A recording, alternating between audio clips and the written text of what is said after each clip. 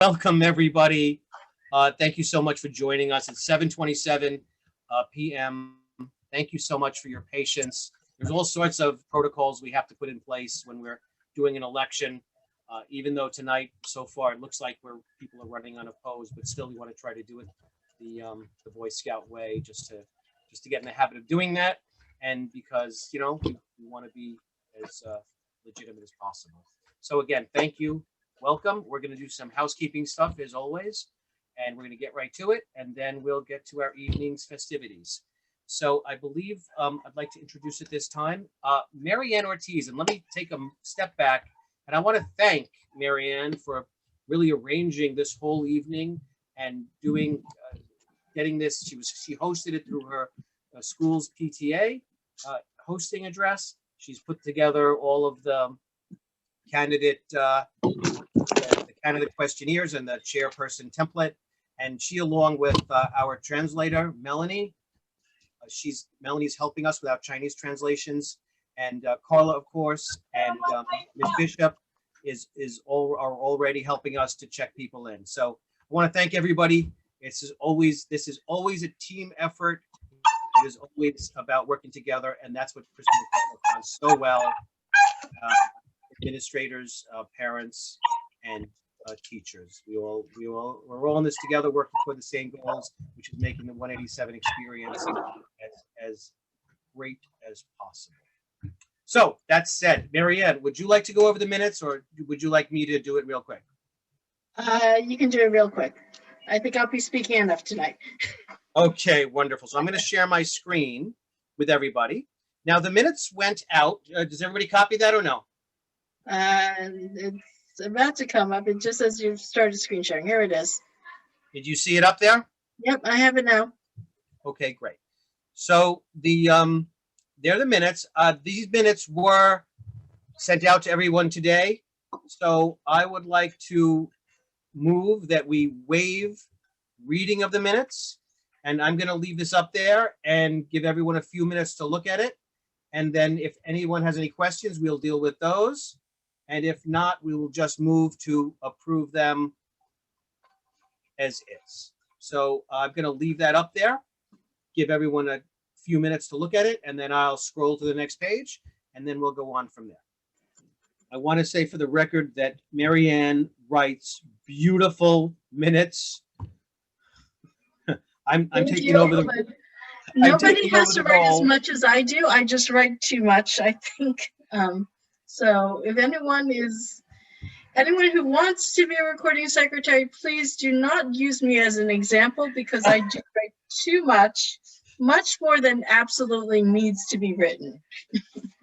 But we thank you for your efforts, and I'm going to be doing this at Brooklyn Tech, hopefully, and so I will not be following in your footsteps. Yes, please do not. Does anybody have any questions about the minutes? You can put it in the chat or raise your hands. Okay, I do not see anyone. I'm going to stop screen sharing. Mm-hmm. Vito, I think we should turn the mic over to Melanie for a moment so we can go over the interpretation. Oh, yes, absolutely. Melanie, would you like to explain the interpretation? Okay, I think she's on the Chinese channel. Okay, so I'm guessing that she's doing what she has to do. Okay. And that was my fault for not mentioning that we do have the interpretation button. We have the globe on the bottom of the screen, and if you hit that, you'll get an option to have our Chinese interpretation service by our lovely parent, Ms. Melanie. 晚上好啊，然后我今天晚上帮忙翻译，如果需要翻译的话，请你点在你的 room 下面有3个点 more 那里，然后在 chat 下面会有一个翻译的 interpreter， 然后你点击以后选择 mute original audio， 就是把那个会议的声音关掉，然后选择 Chinese 就可以了，或者你要先选 Chinese， 然后选 mute original audio。如果不清楚的话，可以问Michelle 在那个会议里面。Marianne, you can put me in the room. Yeah, thank you. Okay, so I'm going to start you in the other room. Thank you. Vito, I'm turning it back to you. Marianne. So I'd like to make a motion to approve the minutes as observed. Can I get a second? Thank you, Madeline. Second, thank you. All approved, say aye. Aye. Aye. Anybody opposed? Anybody opposed? No? In the chat? Thank you very much. Going once, going twice. The minutes are approved. So let me turn us over now to Michelle. Michelle, you're going to do the Treasury Report. Would you like me to share the screen, Michelle, while you go over it? I can share. Wonderful. So can you see my screen? Let me know when you can see my Yes. screen. Yes. You're Okay. there. Yep. So hi everyone. This is our the Treasury Report for the month of April. So we have a beginning balance of $69,334.07. And then we don't have much going on for the month. And then really we only have one expense item, which is for the water. So that is $76.09. And then nothing else. So basically we are now at the ending balance of $69,257.98. And actually that tied to the bank statement as well. This is the bank statement. So that's where it's actually tight. Hold on a second. I'm actually not seeing my Scroll all the way bank down. statement. Is it going Oh, it's all the not. way? 1 second. I think maybe it has to do with the view. This particular view is actually not as friendly. Oh, there it is. There we go. So this is actually the screenshot of the bank statement for the April ending April 30th, 2021. So as you can see, this is the beginning balance, the only expense item, which is the water, and then the ending balance of $69,257.98. So that's the Treasury Report. Thank you, everyone. So Vito, I will pass the mic back to you. Thank you so much. Unshave, unshare. Yeah, I will have to unshare it. Okay. All right. Wonderful. Thank you so much. Okay, so we're back. So now, one of the interesting things about the whole pandemic is the kind of technological revolution that has taken place. And it allows us to really, once we do get back to normal, to use all of these technological advances to really to satisfy our core mission, which our core mission is to getting information out to the parents. I understand that in the past there's been some reticence about live streaming meetings, recording meetings, but I think after a year and a half, I think we're all over that. And in fact, I understand that everyone likes to have a big house, right? I was an actor in another life, and I did off-Broadway shows, and I performed in front of 5 or 10 people. It is no fun, but that's not about us, right? It is about our families, and it's about getting the information out to our families. So our bylaws, and I want to thank Madeline for really taking the reins on this and really going through and incorporating the technology into the bylaws, both as it relates to our virtual meetings, as well as it relates to our social media policy. And social media policy is very important because, as you all know, we do have a YouTube channel, we have a Facebook presence, and I want to make sure that those items are passed on to whoever's going to take the reins either next year or the year after. It's very important that everyone understands that these social media accounts are owned by the Krista McAuliffe Intermediate School, PTO, and not by the individual who may have established them. And let me tell you, I can assure you that it's been very ugly sometimes with a PTA president or another executive board member. They start a Facebook page or a Facebook group, and then they leave and they get all bent out of shape, and they don't want to turn over the administration of those pages or those groups to the incoming administration, which is just not right. It's kind of petty, but it happens all the time, right?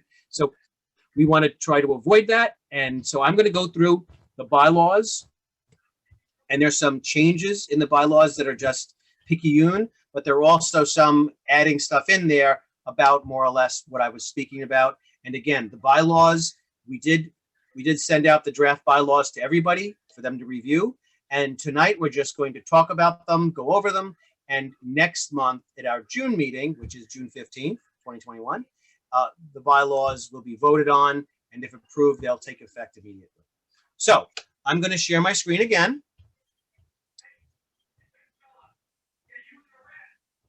And then I'm going to go to the bylaws and let me know when you see the bylaws there. Can people confirm, are the bylaws visible? Yes, see them. Yes. Wonderful. So I'm going to start from the top and scroll down. I'm just going to talk about the changes. And you will see the changes in the right-hand side. The first changes that we did were trying to make it a little less onerous for us to do a nominating committee. So instead of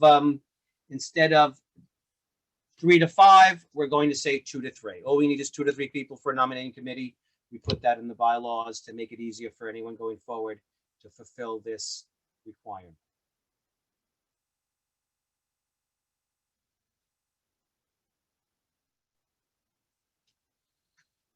So the next change is we want to be able to use virtual ballots, and we're going to approve it in our bylaws. Insofar as we will do this insofar as we have approval from FACE and from the Chancellor. But it is in our bylaws, so if they say PTAs may do it, we are covered automatically. If they say PTAs can't do it, Chancellor's regs overrules bylaws, and we will revert back to in-person voting.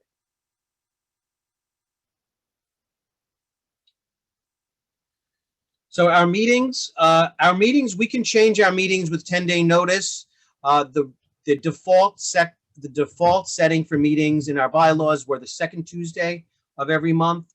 For whatever reason, it seems like we've always been doing third Tuesday because we need a little bit more time to get everything done that we need to get done. And it seems like the third Tuesday is working better. So we're incorporating that into the bylaws, but the bylaws remain that if the executive board decides to change, we just have to inform the parents with 10 days notice, and that will suffice. But the default will, going forward, if approved, be the third Tuesday of every month. So the next changes, these are all just adding end virtually, which will allow us to continue this virtual environment going forward. Again, change the order of business as we did tonight. I believe we'll do minutes, Treasurer's report, and then the President's report. It seems like that's a better flow, so we change the bylaws to reflect that.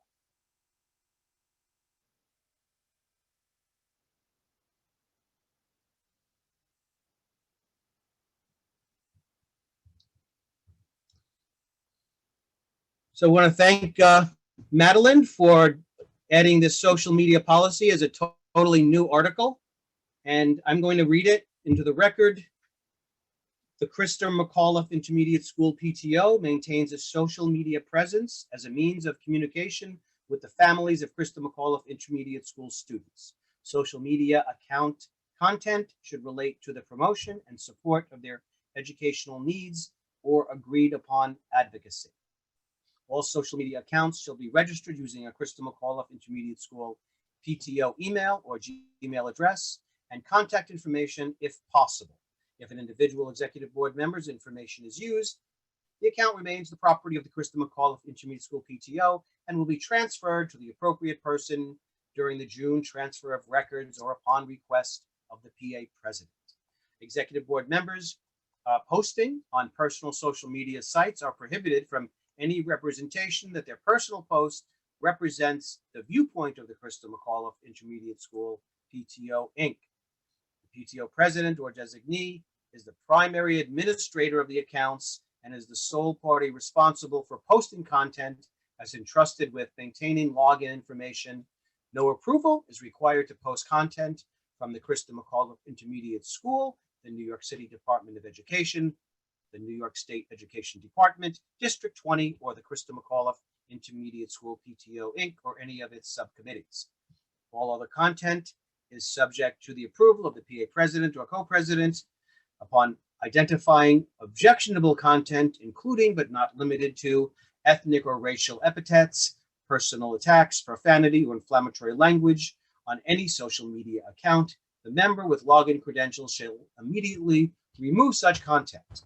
Any content removal decision may be appealed to the PA president or co-president. And we will also put a disclaimer on all of our social media accounts that states the following. This page is established to provide information and resources to families of Christa McAuliffe Intermediate School. The information or views posted on this page do not necessarily represent either the collective or individual views of members of the Christa McAuliffe Intermediate School PTO, Inc., or all persons of our community.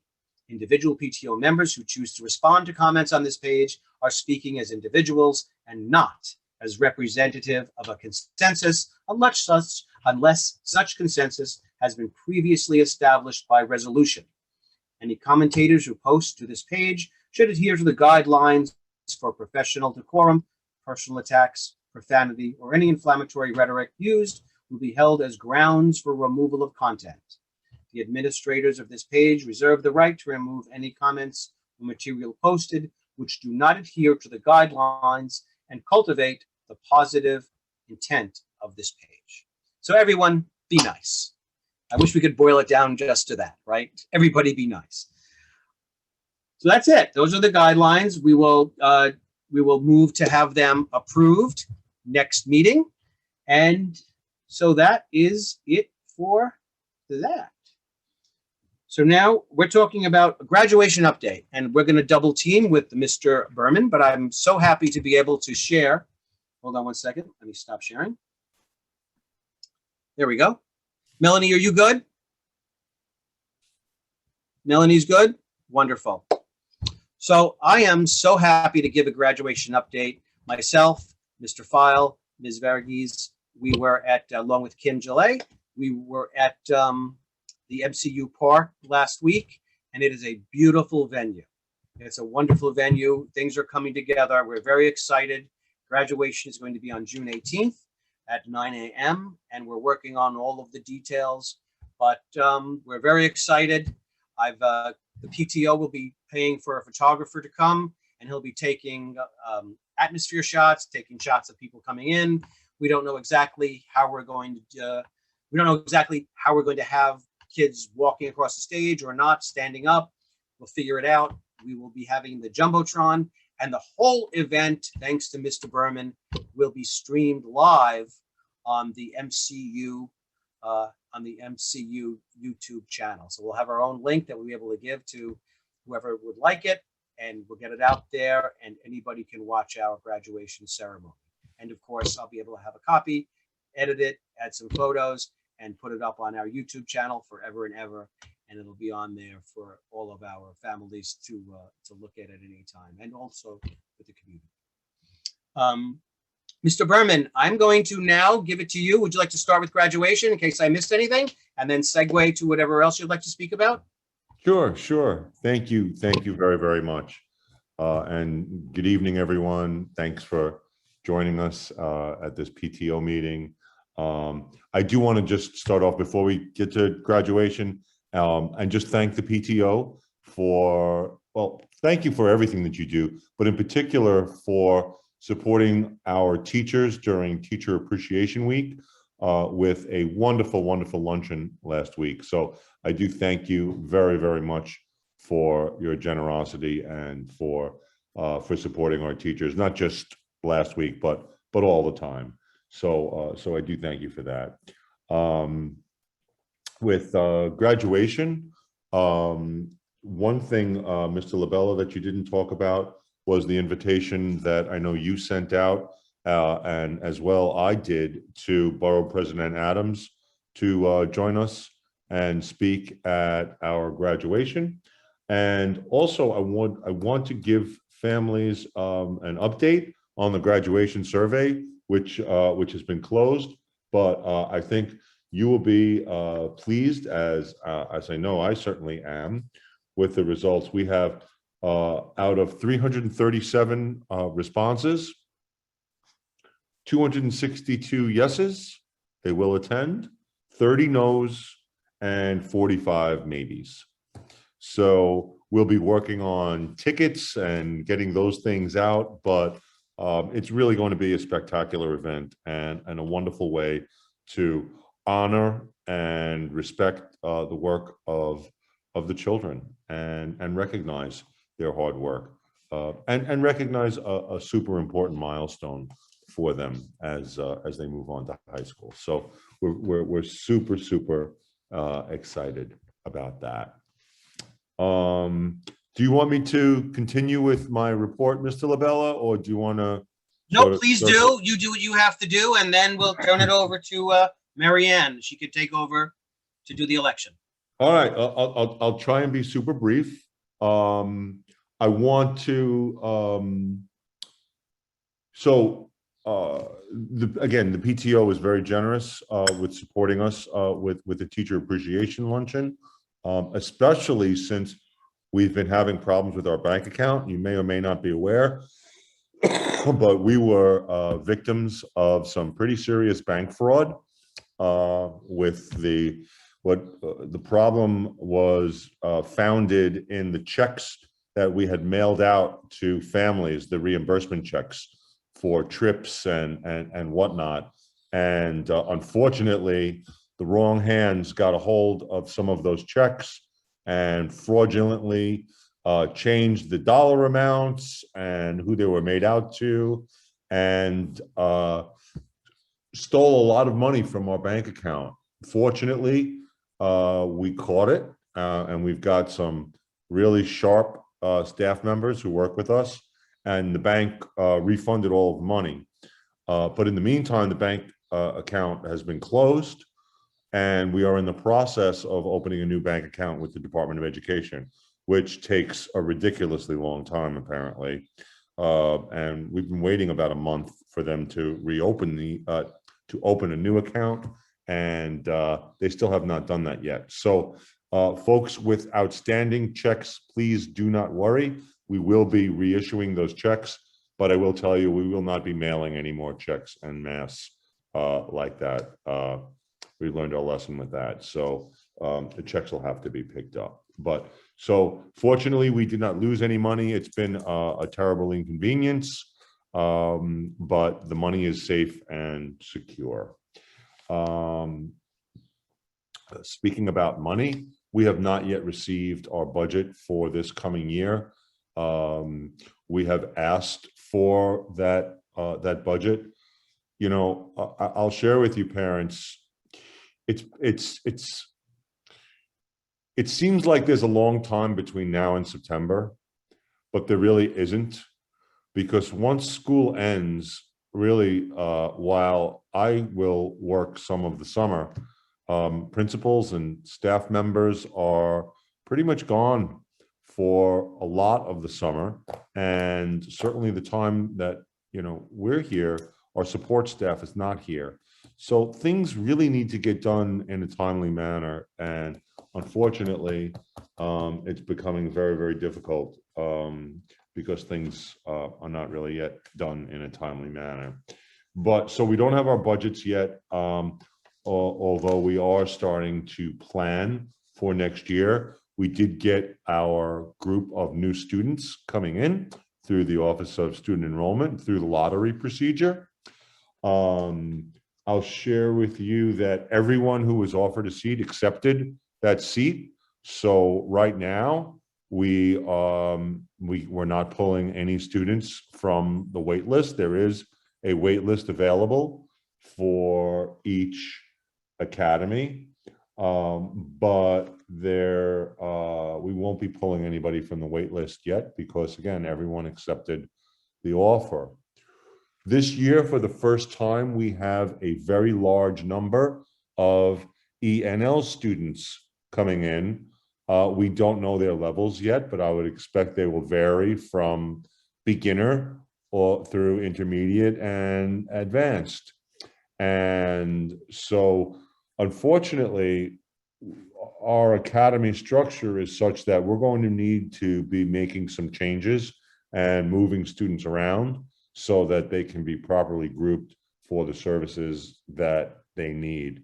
So we really don't have much of a choice when it comes to that. So there will be some academy changes being made over the summer, and they are unfortunately changes that we have to make, and there's just no way around that. iReady. iReady is a computer-based assessment in language arts and mathematics. Our superintendent has arranged for the entire district to participate in iReady assessments, which you should have received some notice about. They will be coming up starting the week of May 24th with ELA and then math. And these are assessments that will help us understand where our children are at right now, which should be very, very helpful. We're looking at some different assessment systems for next year moving forward. And this is going to be a good sort of trial run with the iReady assessment system to see if it's something that we want to purchase for ourselves next year. So we're looking forward to getting some real solid data on our students to really help us plan moving forwards. The math regents for our 8th graders, there is a waiver for all of the algebra students who are passing algebra. They are not required to take the Algebra Regents. They will get full credit for the algebra course, and they will qualify for a Regents diploma. They do not need to take the Algebra Regents exam, which is an in-person exam. And parents will be able to opt to take the Algebra Regents. But again, if your child is passing, if your child is passing the Regents, passing the class, they don't need to take the Regents. And if your child is not passing the class, taking the Regents won't help them pass the class. So you can kind of figure that out. So yeah, so there is a waiver for New York State for those Regents. Two other things you may have heard, you may not have heard, but one of our longtime assistant principals, Mrs. McGar, will be retiring this year. She's announced to our staff, so it's really not a surprise any longer, but you should be aware that Mrs. McGar, she's currently our 8th grade assistant principal.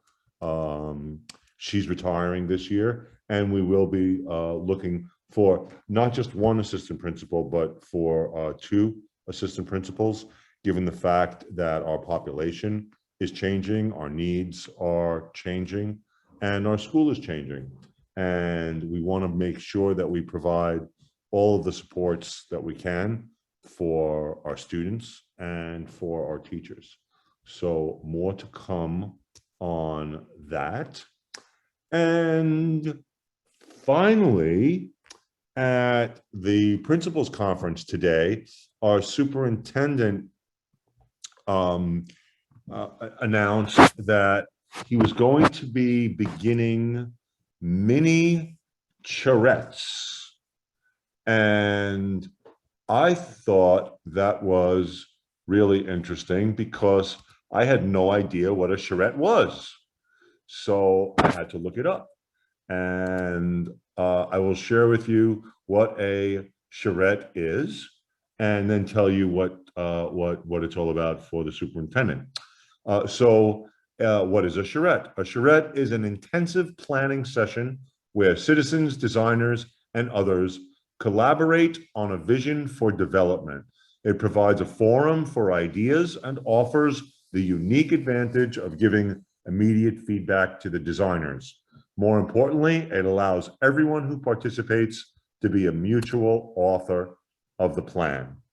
I think that sounds great. And so what the superintendent is looking for are some students and some parents separately to participate from each school from the district to participate in these mini charrettes to talk about what are some of the needs for the new school year. And the superintendent's really interested in hearing from parents directly and hearing from students directly. So I put it out to you first, engaged and involved parents. If you are interested, I asked how many parents, and basically the response was kind of funny. I didn't get a number back, but basically what they said was they didn't want to overwhelm the meeting with parents from one particular school. So I think we have a good reputation of being involved and engaged. That's a good thing. But if you are interested in participating, I can tell you the date for families, for parents, is June 10th from 4 to 5 p.m. And if you're interested, please let me or Mr. Labella know, and you can participate with this group. And I think it could be interesting and certainly exciting and a way to get your voice heard. And that is pretty much what I have. So I'll wrap it up with that. Any questions? I'm happy to share. If you want to, Mr. Labella, if you want to hold questions till later, whatever. No, let's just, yeah, whatever works let's for do you. that. Yeah. Any questions in the chat?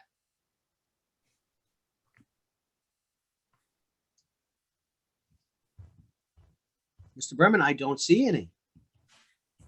All right. Well, I'm not going anywhere. So if anything comes to mind, please jot it down, shout it out. After we finish the business, we'll still have an open meeting, open question there. So anything that we missed, I actually have to circle back. I apologize.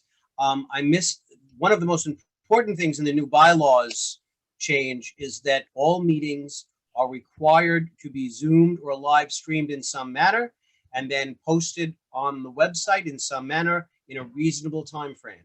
So going forward, our meetings must be streamed as per our bylaws, which I think is very important. In everything that I do, CEC, President's Council, PTO, that was one of the most important things to me because it's accountability and it's transparency. And it's those two things that are the bedrock of a true democracy. What do they say? Say the best disinfectant is sunlight.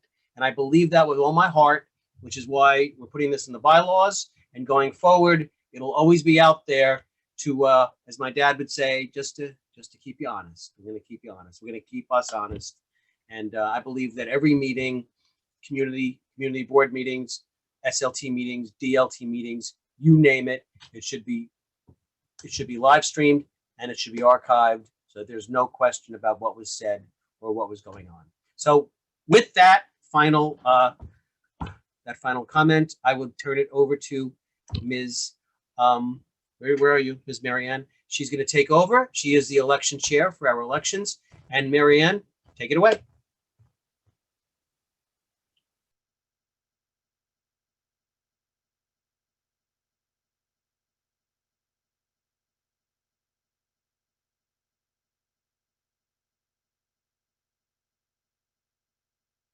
Marianne, are you there?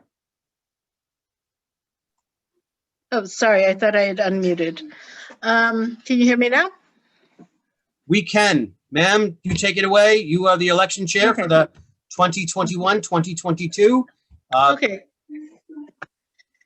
Well, thank you, Mr. Labella. So before I start with the election piece, there are a couple of questions in the chat, which we will go back to. I just wanted to mention it so we don't forget it after the election.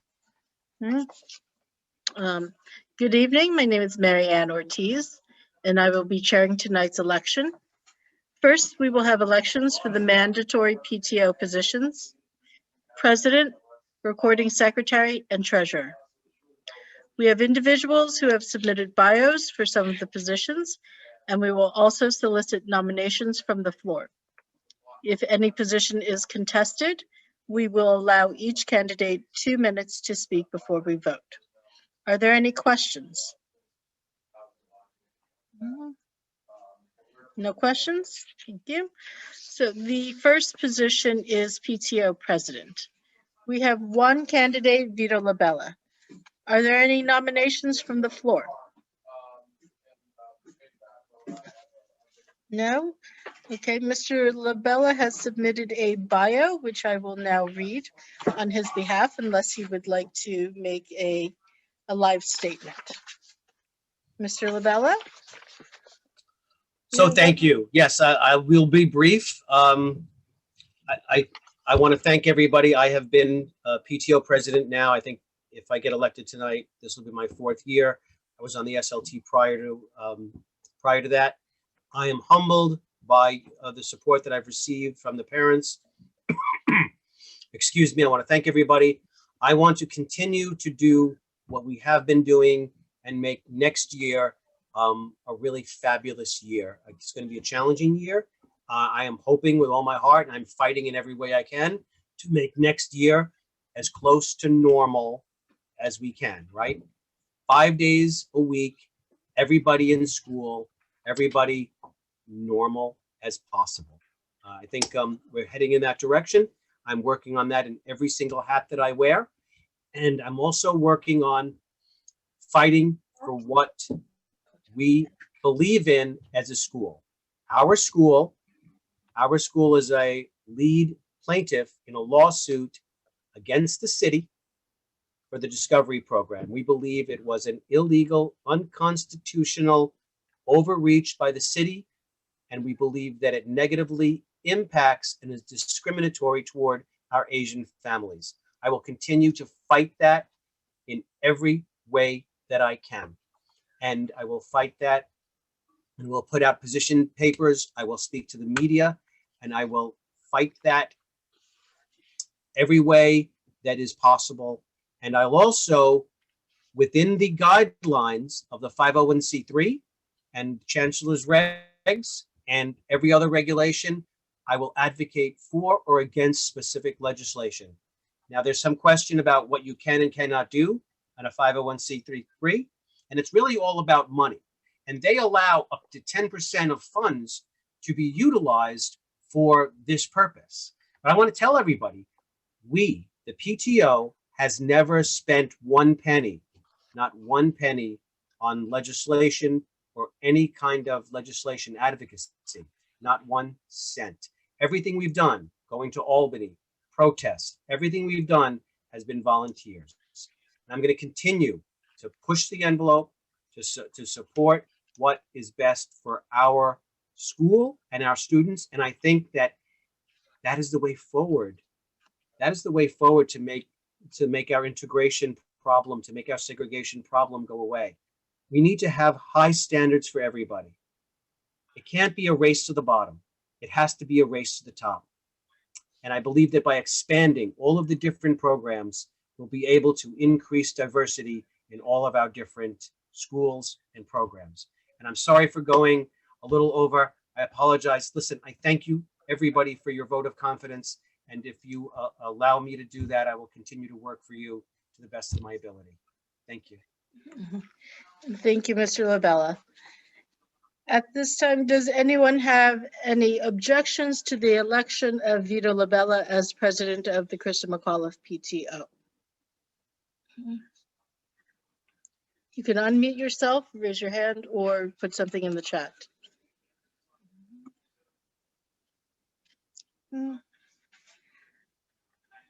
No objections. Then let it show that Mr. Labella is elected or re-elected PTO president for the 2021-2022 school year. Congratulations, Mr. Labella. Congratulations. Thank you, ma'am. Thank you, Mary Ann. Thank you, everybody. I'm humbled by your support. Our next position is PTO recording secretary.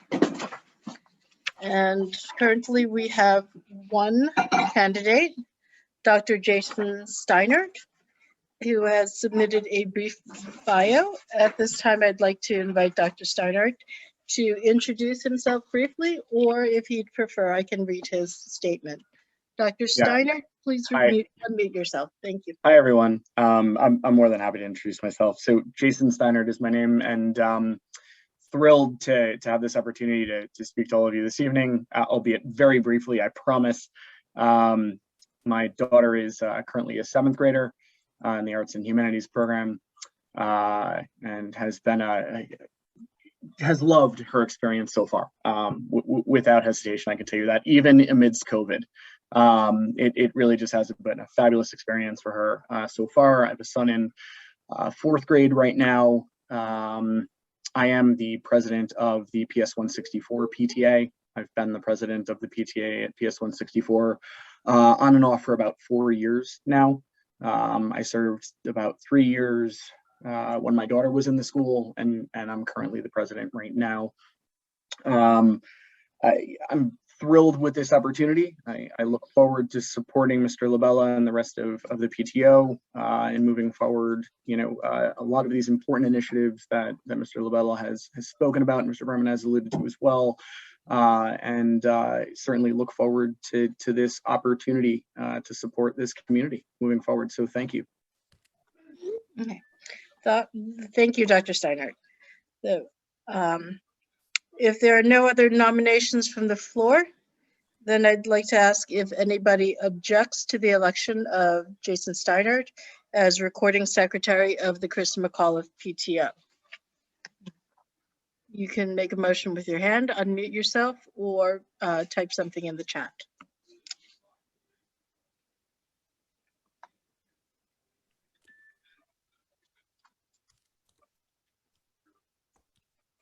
Okay, with no objections, then Jason Steiner is now elected recording secretary for the 2021-2022 school year. Congratulations and welcome aboard. Thank you, everyone. Congratulations and welcome.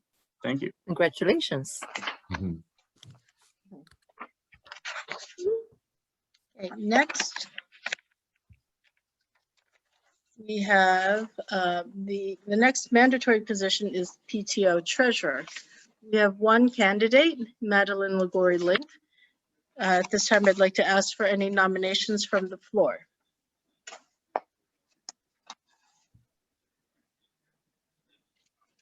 No nominations. Then at this time, I'd like to invite Madeline to introduce herself, or I can read from her prepared statement. Madeline? Hi, everyone. I'm Madeline Lagori-Link. I have a current 7th grader at IS 187, and I'm currently the vice president of the PTO and also serve on the school leadership team. I'm also president of my daughter's school. She's in 3rd grade over at PS 185. I look forward, if elected, of course, to be the treasurer of the PTO and to make hopefully next year be as normal of a school year as we can get. Thank you very much. And thank you, Ms. Lagori-Link. So at this time, I'd like to ask if there are any objections to the election of Madeline Lagori-Link as treasurer of the Kristen McAuliffe PTO. You can make your objections. You can raise your hands. You can unmute yourself or type something in the chat.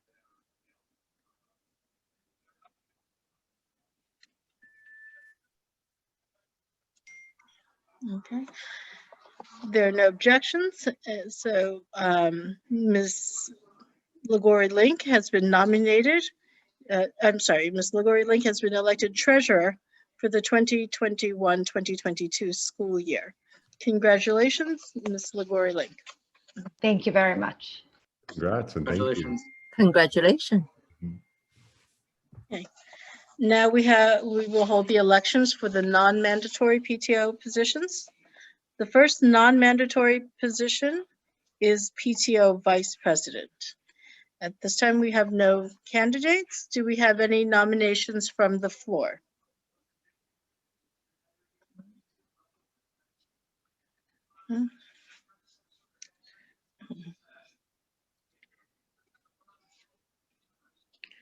Okay. As we have no nominations from the floor, and this is a non-mandatory position, we will try to fill this position in the fall. So we will be holding an election in the fall to fill any vacancies that we do not fill tonight. Anyone who is considering donating their time and helping out the PTO, please consider this over the summer. The PTO Vice President seat is vacant. The next non-mandatory position is PTO Vice President of Fundraising. We have one candidate, Kim Jalay. Do we have any nominations from the floor?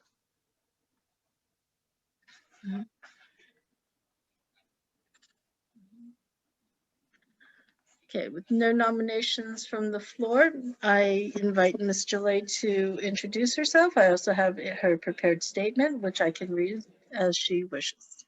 Thanks, Marianne. You're Good evening, everybody. I've been part, I'm just sitting here counting. I have been part of McAuliffe PTO before it was a PTO. I've been involved in the Parent Association for 6 years. I have 3 children. My boys have graduated from McAuliffe, and I now have my daughter is in 7th grade in Arts and Humanities at Kristen McAuliffe. And it is a school that we love and are happy to be part of this team. I've been responsible for fundraising for the last couple of years.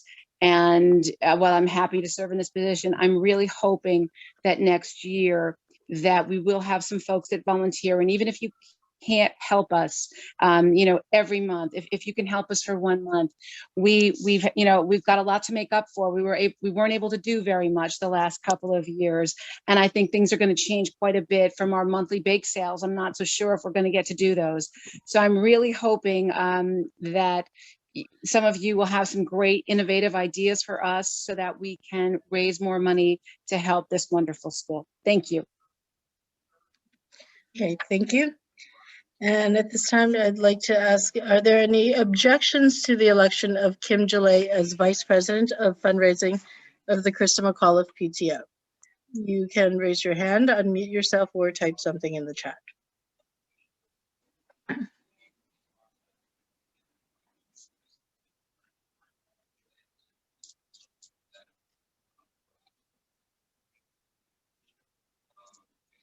Okay. With no objections, Kim Jalay is elected Vice President of Fundraising for the 2021-2022 school year. Congratulations, Ms. Jalay. Congratulations. Thank you. Congrats. Our next non-mandatory position is Assistant Treasurer. We currently have no candidates. I'd like to ask for nominations from the floor.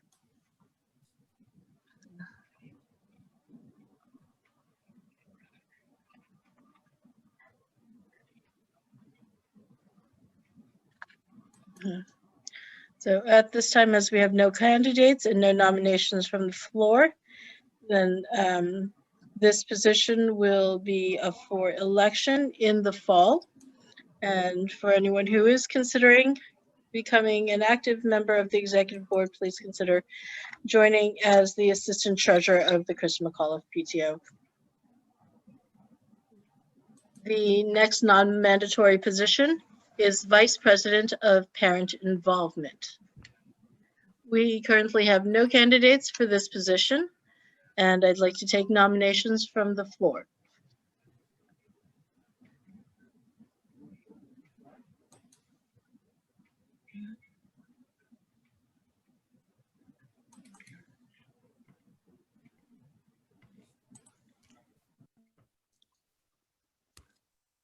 Okay. So as we have no candidates and no floor nominations, then this position will remain vacant and will be up for election in the fall. And please consider this position if you're considering joining the executive board. This is the Vice President of Parent Involvement. And our final non-mandatory position is Communications Secretary. For this position, we currently have no candidates, and I'd like to take any nominations from the floor.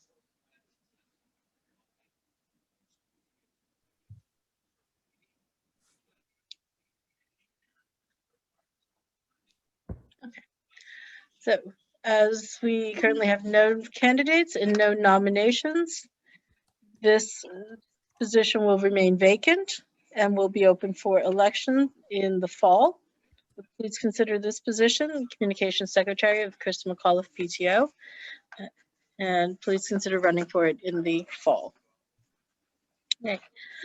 That concludes the PTO Executive Board elections. Congratulations to the 2021-2022 Executive Board of the Krista McAuliffe PTO. We will now vote on the parent representatives for the school leadership team. We have 3 open positions for a 2-year term. That's school year 2021-2022 and school year 2022 to 2023. Currently, we have no candidates. This time, I'd like to invite you to nominate yourself from the floor. We'll take nominations by, you can unmute yourself or you can type something in the chat.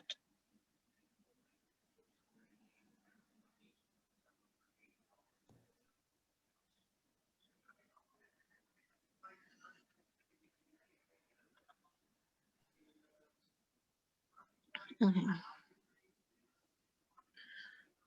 So at this time, as we have no nominations from the floor and we have no candidates, then this too will be decided in the fall. We still have 3 open positions. Oh, I'm sorry, we have a question here. Could someone just give a quick description of the role of the SLT? Marianne, Yes, if you'd like, I can share my screen. I pulled it up on the DOE website. of course, please.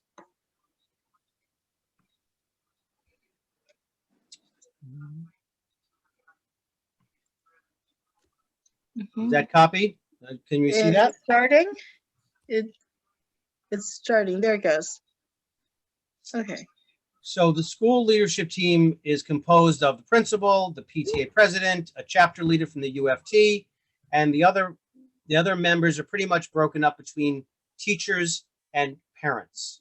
The role of the SLT specifically is to do the comprehensive educational plan. That's the CEP. We evaluate of the SLT makes a yearly evaluation of the principal's record. Mr. Berman, did you know that? And we also are responsible not for hiring and firing of school staff, but for example, for the assistant principals, we would be sitting in on this C30. The SLT is comprised again of minimum of 10 members to a maximum of 17, broken up equally between staff members and parents. We do consensus-based decision-making on this process, and we usually meet once a month, depending on everyone's schedule. We try to accommodate as many people as possible. Mr. Berman, would you like to give a real-world explanation about what we do? Oh, I think you said it pretty well. I mean, really, it's an opportunity for parents to work on our CEP, help us with our budget and spend our money, but also to bring forth any sort of creative ideas, issues, concerns. We also have 3 students on our school leadership team who are elected by their peers, and it's an opportunity really to work with us on school initiatives, to bring forth initiatives that as parents you would like to see, and participate with really all aspects of the school. While the school leadership team is technically limited to discussing the CEP and the budget, we discuss all different kinds of things that are important for the educational environment of our students and for the health of and safety of our school. So I don't know, that's about as real world as it gets. You know, there's really no holds barred. It's a collaborative environment. I try not to lead every meeting or most of the meetings. Mr. File, our UFT chapter leader and dean and teacher, is our school leadership team chairperson, and works together with Mr. Labella and myself to, you know, and the members to put together an agenda every week. Sorry, every month, and we do meet every month, and that's pretty much it. Hi, I just wrote my name twice on the chat list that I want to nominate myself. Great. Hoi En Mui. My name is on the chat list. Yes, I see that. So we do have two self-nominations, Hoi En Mui and Tracy Lee. We also And have. I would like to, I'm sorry to interrupt. My name is That's Danielle Lamanna, and I would like to nominate myself for SLT. Great. Great. All right. Now, are there any other nominations from the floor? So at this time, are there any objections to Hoi En Mui, Tracy Lee, and Danielle Lamanna as the parent representatives for the school leadership team? Marianne, can we have them each introduce Oh, themselves? I'm sorry. Yes, before you, yes, please. I'm going to allow each of you 2 minutes to make a brief introduction. We'll start with Hoi En Mui. Okay. Hi. Yeah, I have two boys. I was very happy. One of my boy, he is in 7th grade right now, and my younger boy, we just got the letter of acceptance yesterday. So my younger boy is gonna be in 6th grade this coming September. I am truly mesmerized by this school. I knew nothing about this school, and then to the point that I learned everything about this school. I have to honestly say I don't have any experience, but I would love to learn. I would love to learn to do anything for schools, anything for kids, anything that I can represent them, speak out for them. Yeah, and just to spend more times knowing about the school system and how our kids work in school, how we can help them. So yeah, that is basically something. That's all I have to say for somebody who really have no experience but is trying to learn everything. Well, thank you, Ms. Mui. Thank you. The SLT is definitely a great learning experience for learning more about how the school operates, and gives you a wonderful opportunity to be a voice in the school, not just for your own children, but for the future students. Yes. Yes, definitely. Okay. And so now I'd like to invite Tracy Lay to introduce herself for 2 minutes. Yes, sure. Good evening, everyone. My name is Tracy Lay. I have a son who is Matthew Lee, and he's in 6th grade.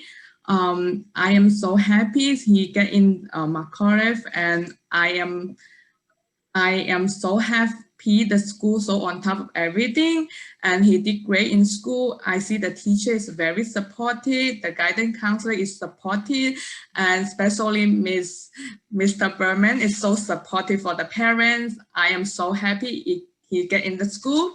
So I am willing to help the school, help the student, and as much as I can. Thank you. Thank you. Thank you, Ms. Lay. And now I'd like to invite Danielle Lamanna to introduce herself. For 2 minutes. Hi, good evening, everyone. My name is Danielle Lamanna. I currently have a 7th grader in McAuliffe. my eldest daughter did graduate McAuliffe, and I have also been a PTA president for an elementary school, and I was involved in the PTA for 10 years. So I have been an SLT member at the other school, and I'm looking forward to serving McAuliffe in the community, school community, and sitting on the SLT committee. Thank you. Thank you, Ms. Lamanna. So before we move on to ratifying everybody, I do want to address some questions that were brought up in the chat. I don't know if this is going to influence anybody for whether or not they want to run for a position. So we have questions about whether or not there are interpretation services for PTO and SLT meetings. And if so, who pays for the interpretation? Who's that for, Marianne? Anybody? The parent is YZan, Z-H-A-N, who had asked this. So I don't know if this is, if the parent is asking this because they're considering a position, or if this is a general question. Well, I think going forward, we're going to have, the PTO is going to have translations. I'll do a better job of coordinating with FACE and have somebody here, right? It's a learning experience. Even when we go live, my vision is to Zoom live from the auditorium so that parents could get translations. So the parents who want to have a translation, say they're in the auditorium, they could put their headphones in with their phone and they could get the translation that way. Okay, this is just technological stuff that we have to figure out. As far as SLT goes, that's Mr. Berman and I and everyone else there. If that's something that's requested, we'll work on doing that. I want to say that I want to thank Mr. Berman because since July of last year, our SLT meetings have been broadcast over Zoom and archived, and they are on our Facebook page.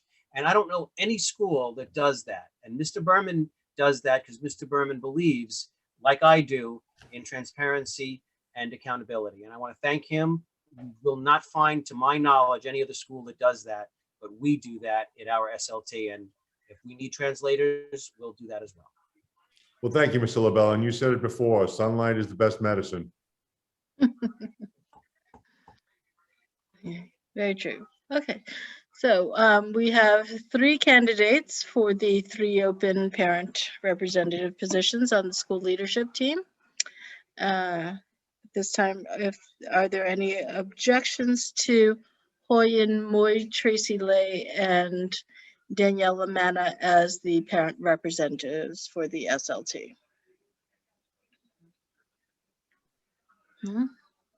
You can raise your hand, put something in the chat, or unmute yourself.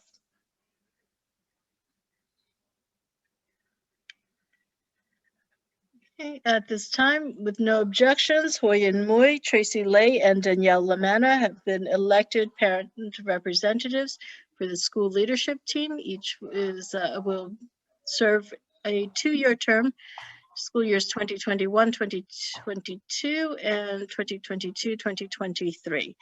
Congratulations, Ms. Moy, Ms. Lay, and Ms. Lamanna. Congratulations. Thank Welcome to our you. team. Yeah. Thank you. Congratulations. Thank you very much. Thank you. So thank you everyone for joining us for the elections. Please keep in mind if you are returning to us or with us in the fall that we do have some non-mandatory PTO executive board positions vacant, and we will be holding elections in the fall for them. There are a few more questions, I think, in the chat. So I'm going to turn this back over to Mr. LaBelle and Mr. Berman.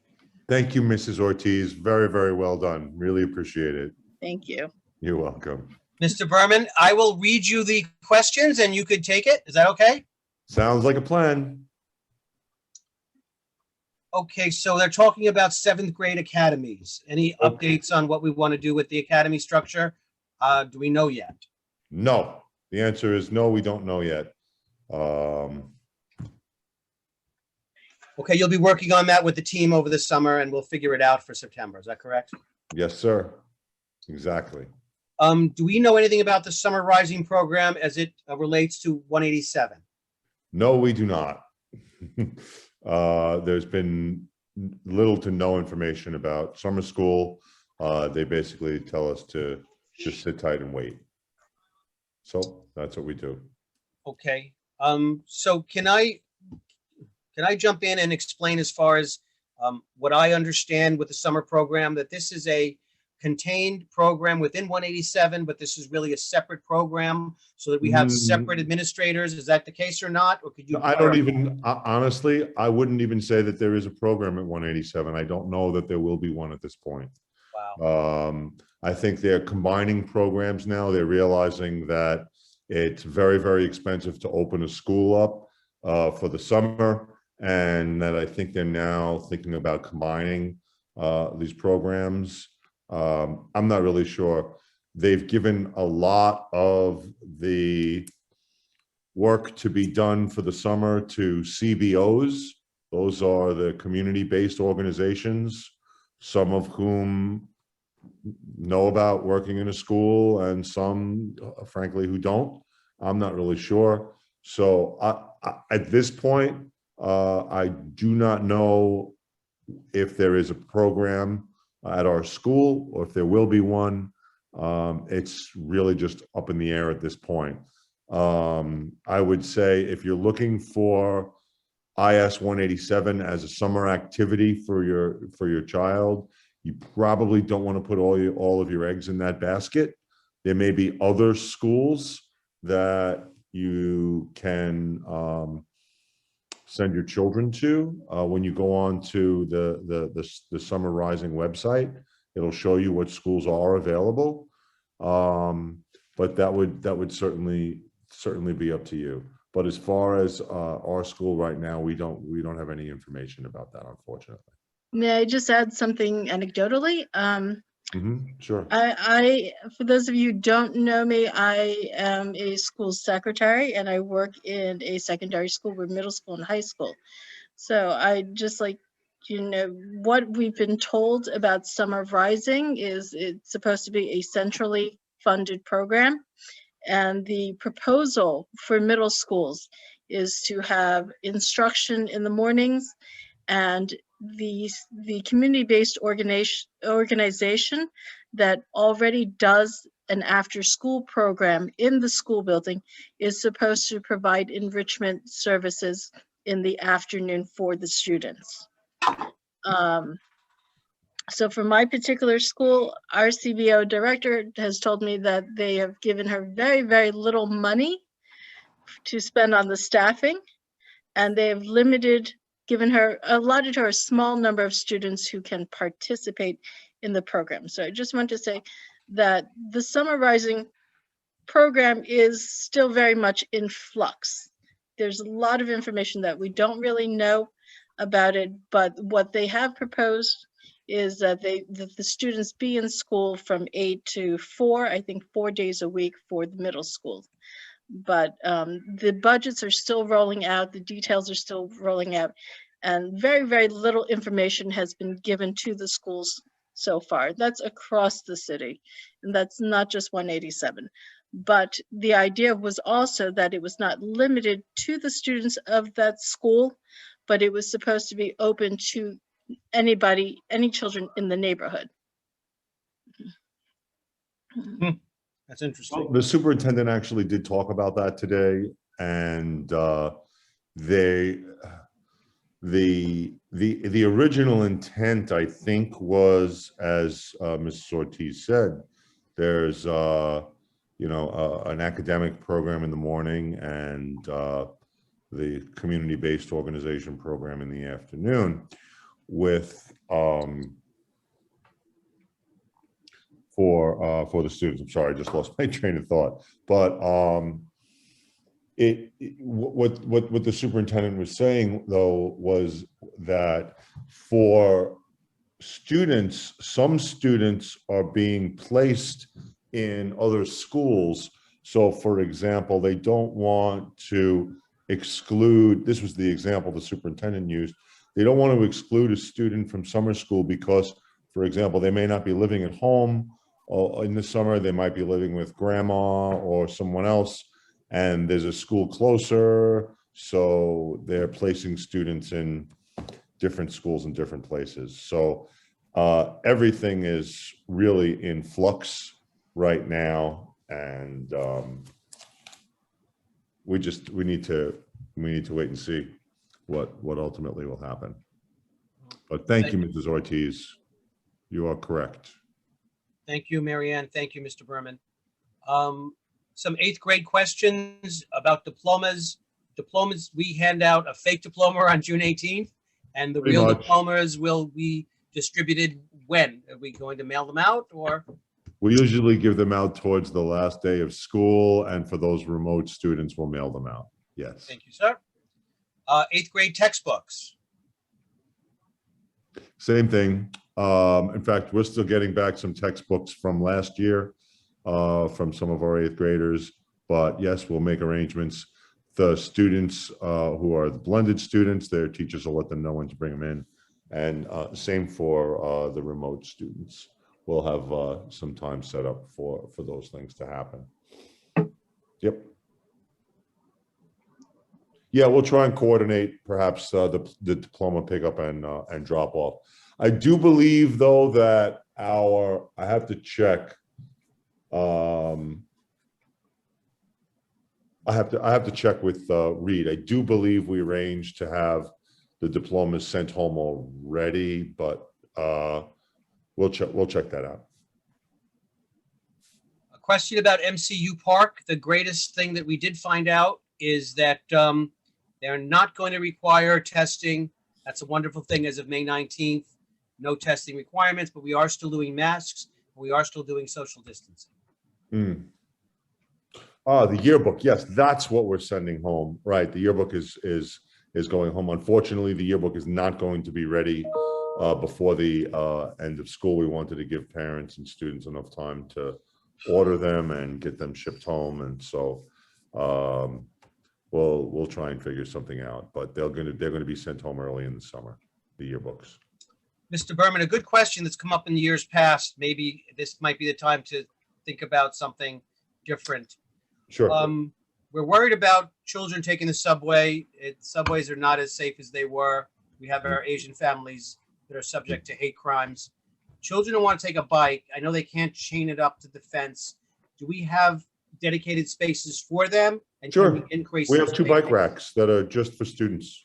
Okay, wonderful. And if we We need do. more, we could increase that as needed, or how would we do that?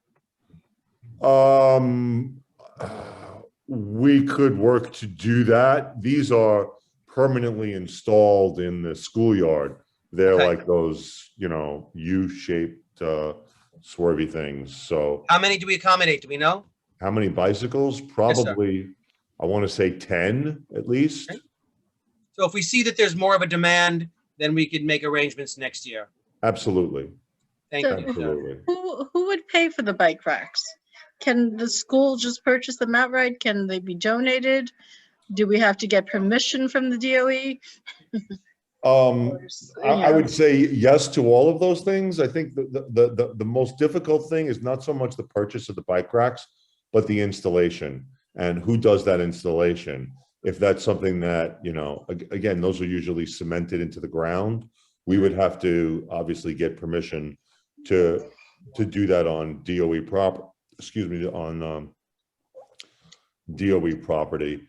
It's also something that perhaps we could hit up our local politicians, perhaps, to maybe provide some of that. We could certainly talk. I'm going to think about Assemblyman Abadi. He might be able to do something like that. I know, actually, in the past, he's usually given each school $5,000. And I don't think he gave us $5,000 last year. So I'm going to hit him up for $10,000 and perhaps get a couple more bike racks. So, how's that sound? That sounds wonderful. That sounds good. Yep. So we'll work on that. And I'll work with our custodian And we'll see what the need is, of course. I think it would be great if we needed more bike racks and that there are more kids, riding to school. I think bike riding is a great activity. It's healthy. It's good for the environment. Kids get to exercise some independence, which is really part of the middle school experience, and sort of starting to break away a little bit. And traveling on your own is a big part of that. I mean, I remember the things we used to do when we were little kids, when we were 6, 5, 6, 7 years old, with our big wheels riding around the block. And I mean, it's like, I don't know, you never see that these days anymore with kids. Everybody's so protective, rightly so, I guess. Just a different world we live in. But anyway, I'm going to stop rambling on about that. What other questions have we got, Mr. Labella? So Alice asked about vaccines. I posted something in the chat that I received tonight. Also, there was a New York Post article. Let me share real quickly. As a member of the CEC, I tried to pass a resolution that would just encourage people to get vaccinated and would explore the possibility of having vaccines for people who wanted them at middle and high schools. And I'm sad to say that it didn't pass. I certainly believe in parental choice, but making things available without mandating them is, to me, a no-brainer. The information that I put in the chat. I certainly shared on social media that my daughter was vaccinated last week. She was one of the first 12-year-olds to get vaccinated. I would recommend that people explore that for their families. And information that you could use is in the chat. And I think that the DOE itself might take the next step and hopefully do what I couldn't do, get that resolution passed and actually get out to parents. The same way they did testing, maybe they could have pop-up vaccination sites for our middle and high schoolers. And did you hear anything about that, Mr. Berman, or is that still just a work in progress? No, it's a work in progress, as in the whole structure for next year. The update that we got from the superintendent is that there is no update. The CSA, the supervisors union, sent a letter to the DOE today, basically saying, look, you've got to let us know what's going on. We have to be able to, our members have to be able to plan. We've got to be able to get things ready for students. What are the options going to be? They keep talking about not having a blended option, having some kind of remote option. Is the remote option going to be central? Is it school-based? What are they expecting from schools, and what options are going to be available to families? And when are we going to know what these things are? Those are issues and concerns and questions I know you must have as a parent, and certainly you now know we have, and I have as a principal and as a school. And again, I'm in the uncomfortable and unpleasant position of having to say, I wish I had more answers for you. I feel like a broken record, and it pains me to not be able to provide the kind of clarity that I feel you deserve. So I'll do the best I can, and we'll keep at it, and we'll let you know what's going on as soon as we find out. Thank you, Mr. Berman. Alice wants to put you on the spot. Alice, I volunteer that I would be happy to encourage the community. I'll let Mr. Berman speak for himself. Please put me on the spot. How so? Would you be willing to encourage parents to get their children vaccinated? Oh, absolutely. My children have been vaccinated as soon as they were able to. Although my children are a little bit older, my son is 20, my daughter is 22, and there was not a question at all to get vaccinated. I would encourage everybody to do it, while at the same time, I would still encourage you, after you get vaccinated, to be vigilant and be safe, particularly if you have any underlying medical conditions. It's a vaccine is not a panacea. But I do think it will go a long way to help eradicating this disease. So yeah, I think in general, getting vaccinated is an excellent idea, and I would encourage most people to do it. How's that? Thank you. Alice, is that good? Sure. Although maybe you could write a message, like a letter out to everybody. No, I mean, my son just got vaccinated on Saturday. Yeah. Well, look, I mean, as Mr. Labella said, people have freedom of choice. If you feel like for some reason you don't want to be vaccinated at this point, you know, you don't have to. There isn't a law for that. There are laws for other immunizations that protect us. And if and when it comes to that, but right now it's not a law.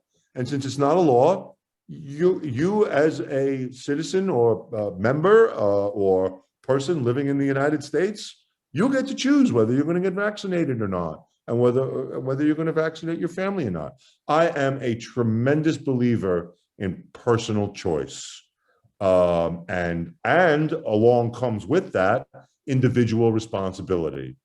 That I think is really at the foundation, and I think it's something that I think, without getting too into things, that we've started to lose sight of that individual responsibility. But that's all I'll say about that. Thank you, sir.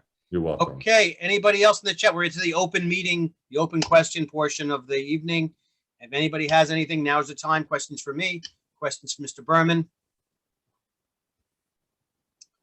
If you do have friends who are coming to Christy McAuliffe for the first time next year, our orientation will be on June 8th, followed by our next PTO meeting, which is on June 15th.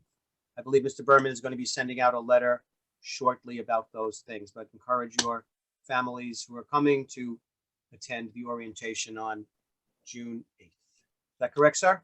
I certainly will, and I also must add, Mr.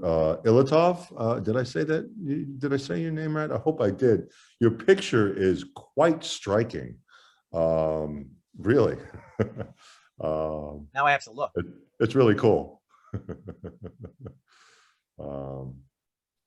Yeah. Yeah. So, what else have we got? Oh, so we some G&T questions. Sure. We are in flux, as you know. 7th and 8th grade will continue with their previous schedules, and will continue to take the, nothing will change for them next year, hopefully. So if our present 7th graders are going into 8th grade next year, our present 6th graders going into 7th grade, they will have the same program as they have been, I believe, and any adjustments to be made to support our incoming 6th grade students will be made to help them to navigate our school. We teach whatever students that we receive, and we give them the best education that we can. Is that correct, sir? Did I say anything? No, you're exactly right. I mean, I think you'll see, we had a conversation with the superintendent about, what these superintendent programs look like and so forth. And I think, for a lot of schools, the fact that they put the kids in a Regents track, that's what becomes their superintendent classes. And, for us, it's not about the Regents, and the work that we do is not about gaining a specific skill set or knowledge base, but really it transcends that very, very much so to really teaching kids how to think, not what to think, but how to think. And we have our philosophy about Regents exams, and our hope is that all of our incoming students will be brought up. They will rise to the challenge that our teachers will provide to them. I think we've experienced that really all along, not all along, but for the past 10 years, since phase 1 reform started to take place, which was when we started to bring in students with disabilities, both ICT students and self-contained students, into our school. And we've had anywhere between 12 to 17% of our students as ICT and self-contained students in our school at any given time. And we've worked with those students, and those students have risen up to the challenge. We've had students who started as self-contained students, believe it or not, and we've even had one of those students go on to a specialized high school. And we've had several of our ICT students go on to specialized high schools. So it's really our hope that our structure, our school, our students, our parents, our staff, our culture is really what sustains the students and sustains the learning that goes on. And again, learning that transcends just, you know, okay, I'm in this class because I'm going to take the Regents exam. You know, Regents exams are actually pretty easy exams, and especially when students take them when they're supposed to take them. And it's really not a great accomplishment that students pass the Regents exam. You have to pass a Regents exam to graduate high school. Okay, so you can imagine where that bar is, right? The bar is not, the bar for our students is not the Regents exam. The bar for our students is far, far, far above that. And to say, oh, well, I give the social studies Regents to my 7th graders. Well, bully for you, that's just great. What have you really taught your students? Have you taught them how to think? Have you taught them how to love learning for what learning is, so that they can sustain their learning throughout their lives? That's what a true education is. Not that you can check off, oh yeah, I passed the test. Good for you, you passed the test. Now what? So, I don't know, just a little insight into our thinking and our philosophy and what we do. And it's worked really well for the last 16 years that I've been the principal here. We have students all over the world who are some of the most successful professionals in their field. And we have wonderful, wonderful students who are happy homemakers, raising families and bringing up their children in Brooklyn and in our community. And some of our students graduate and they come back and work for us as teachers. We've got a few of them there. And it's just a very, very special place that I hope that we can continue to maintain. And those of you who have volunteered to work with us, I truly believe you are absolutely fortunate to be able to engage with a community like we have. It's really not about me. I mean, I'm just one guy here. Our community is much, much more extensive than that. And I thank you for joining us. And I think you'll find it very, very rewarding. Not financially, I can promise you that, but I think you'll find it rewarding in lots of other ways. So, Mr. Berman, thank you. It's 9 o'clock. It's enough of me Yes. yapping away. Mr. Berman, that sounded like a preview of our freshman orientation. I hope somebody recorded it. I don't remember what I said. That was fabulous. I wanted to dovetail on that. Christina Moore Avina, she is a 187 student, and she is an executive at the Cyclones at MCU Park, and she's helping us. So yes, our students are all over the city, the country, the world, and it's so nice to run into them. And it's very special. Krista McAuliffe is a special place. I hope it will remain so. I did get I'm getting some texts and chats. I've gotten into a little trouble. People are making false statements. They're saying I'm telling people who to vote for. I don't tell anybody who to vote for unless you come to my personal Facebook page, and then you can find out who Vito is supporting. But as a PTO president, I don't tell anybody who to vote for or suggest anyone. What I will say to you, and what I've said again and again, and it's recorded out to everybody, it's up to you to look at all of the candidates come this June 22nd, to see them through the eyes, to vet them through what is most important to you. And you make the choice of who to support. And get out there and you vote based upon whatever is important to you. But it's very important that you vote, because by voting, you send a message that you care and that your concerns are the concerns of the people who are going to be our elected officials. So that's my pitch, not who to vote for, but to get out there and vote. So thank you. I'm going to make a motion to adjourn with that. Can I get a second? My wife, Kim Gillet, thank you so much. She's second. All in favor, say aye. Come on. Thank you, everybody. Say aye. Wonderful. All right. So Thank we you are also. adjourned.